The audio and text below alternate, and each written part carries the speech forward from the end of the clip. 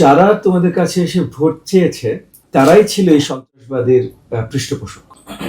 মানে নানক সাহেব বলো বা যেটাই বলো, এরাই কিন্তু ছিল, এরাই চালিয়েছে এই বাহিনীগুলো।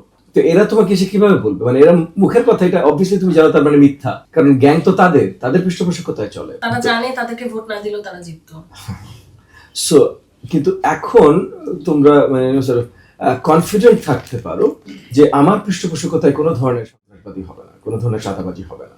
তো মানে আওয়ামী লীগ যাতে কোনোভাবে আর তাদের পুনর্বাসনটা না হয়, এটা নানান দিক থেকে আমি জানি যে আপনি আসলে একেবারে শুরু থেকে আপনি বিএনপির সাথে কানেক্টেড না, আপনার নিজের এক আলাদা আদর্শ আছে, তো আপনি বিএনপিতে এসেছেন। তো আমি মনে করব যে মানে তারা দলগতভাবেও যদি কোনোভাবে পুনর্বাসন করে, আপনি সেটা করবেন না। মোহাম্মদপুরে গ্যাসের প্রবলেম, এই প্রবলেমটা যদি আপনি সলভ করতে পারেন, আমি বলবো আপনি মোহাম্মদপুরের জনমানুষের নেতা হয়ে যাবেন। এটা একেবারে মানে লিখে দেবো, দিতে পারবো আপনাকে।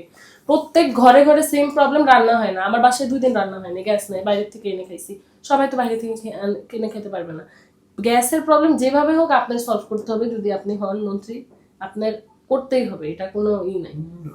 সাপ্লাই যখন চাপ কমে যায় বা কিছু, সেটা আসলে এলাকা ভিত্তিক করার কিছু নয়, সেটা জাতীয় পর্যায়ে আমরা গ্যাস এক্সপ্লোরেশন গত অনেক বছর ধরে করিনি।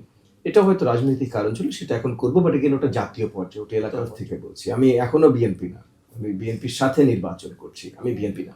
কিন্তু আমি আমার তরফ থেকে বলছি, কিন্তু যেহেতু বিএনপির সাথে নির্বাচন করছি, বিএনপি দলগতভাবে কয়েকটা জিনিস, বিএনপির অনেক নেতা আছে, কেউ একটা কথা বলতে পারে, কেউ ভিন্ন কথা বলতে পারে, বাট দলগতভাবে তাদের যে বিশ্বাস, সেটা সম্বন্ধে আমি জানি, কারণ এগেন আমরা তো একসাথে আছি নির্বাচন।